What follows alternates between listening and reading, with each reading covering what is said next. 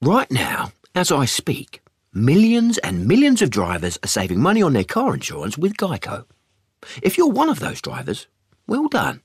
If you're not, it's easy to join them. Visit geico.com today. And joining us on the line now, longtime writer for the UT San Diego, Bill Center. Bill, welcome to the show. You're on with Bruce and Mark. Hey, Mark, how are you? Doing great, doing great. So when you look back at that incredible performance in 1988, what comes to mind first for you?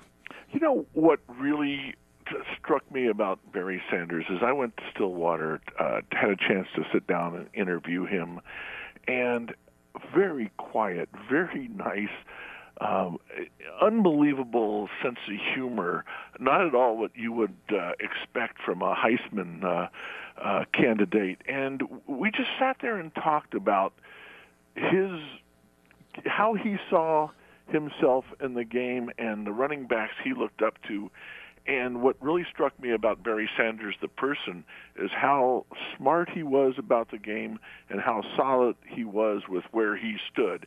And looking back on that 1988 game, yes, there have been great Holiday Bowls, but that's probably the greatest single performance. And in that game, if you look back, there was also Hartley, Dykes, and Gundy. I mean, Oklahoma State had so many weapons that you really didn't know about before the game started to unfold. Hey, Bill, Bruce Binkowski, how you doing? Binker, I'm doing great. How about you? Good, good. I guess I'm not supposed to call you Binker. No, you can. That's okay. We can. No Presidente. He allows anybody to call him Binker except me. Yeah, that's right.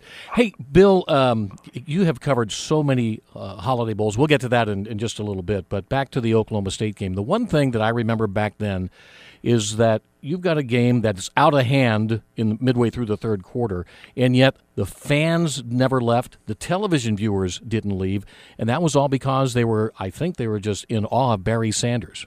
Right, and everybody in the stadium seemed to know that he had a shot at the all-time rushing record for the game, which, of course, I think your highlight film just mentioned that he chose not to come back in when everybody was sort of pulling for him to go for it, because not only could he have gotten it with one more carry, 3 yards short, he would have probably beaten it by about 80 yards the way he was running that night. You know, it was interesting. I was the PR director in those days, and I was the guy that was dispatched to go down on the field and got permission from the Oklahoma State people to kind of walk back and grab a couple of the coaches. And they actually brought Sanders up to me, and I asked him, and I said simply that, you can go back in and set a new bowl record. And he was really genuine. He said, I'd just like to give somebody else a shot. So that's just the kind of guy he was. And he was always kind of mysterious all through his professional career in terms of media dealing. But in those days, no problems dealing with the media with Barry Sanders? No. In fact, I found him to be a very interesting person. When we were talking back at Oklahoma State about everything he had done, he kept mentioning, almost every time you asked a question, he would mention somebody else in a clip or something that had thrown a block, or Hartley Dykes had stretched out the defense. And it was like he was seeing the game not from, boy, look at what I'm doing, but more from an angle of what a coach might see as, this is how we get the job done. We're talking with Bill Center from UT San Diego. And Bill, we've had a lot of big-name players that have come through and playing in our bowl games. Most recently, I guess probably the biggest name was Ndamukong Suh. There was a lot of excitement to watch him play here in San Diego. What was it like when Barry Sanders, because he's only one of 2 Heisman Trophy winners that have ever played in our game. What was the hype like for the game and him in particular? Well, there was a lot of hype, but you got to remember it was Oklahoma State. Not a lot of people really had a feel for Oklahoma State and what they had done that year, and how they had really lit up a lot of scoreboards. So I don't think that it was I remember when Eric Dickerson and Craig James came in here, and Bink will remember this too, the hype for that game with McMahon. I mean, the hype for that game was fantastic, and also the hype for the Michigan game against BYU, which for other reasons, Bink, you were at that press conference, remains my all-time great. That was a classic. I don't know if we have time to tell that story. My favorite Holiday Bowl memory of all time, as you stood there just sort of wondering, what's going on.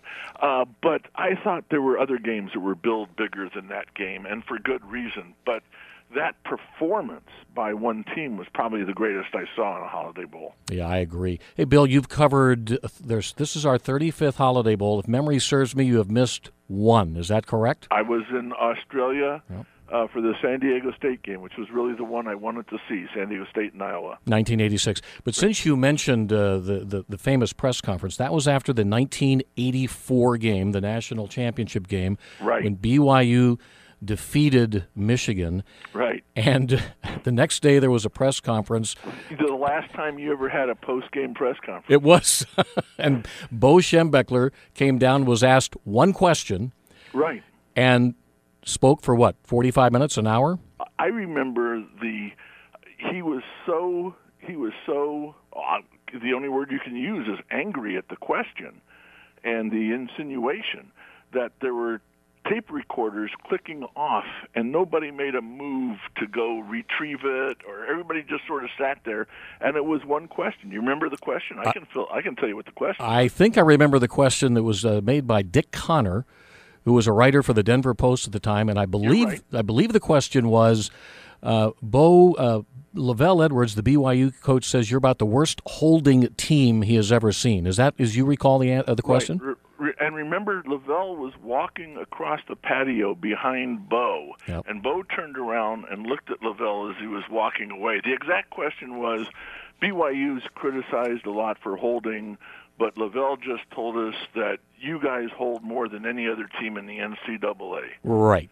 And Bo went off unlike I've ever seen. I mean, you've heard about coaches' tirades before, but he did 45 minutes on that one question. And, of course, he went off in other areas, too, about the NCAA and why is BYU number one.